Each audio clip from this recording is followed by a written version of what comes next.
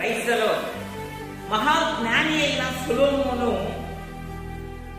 పడిపోవడానికి గల కారణాలు ఏంటి? మొదటిగా ఆయన తప్పుడు సహవాసాన్ని చేశాడు. తప్పుడు సహవాసాన్ని చేసిన సొలొమోను దేవుడి నుంచి దూరం అయిపోయాడు.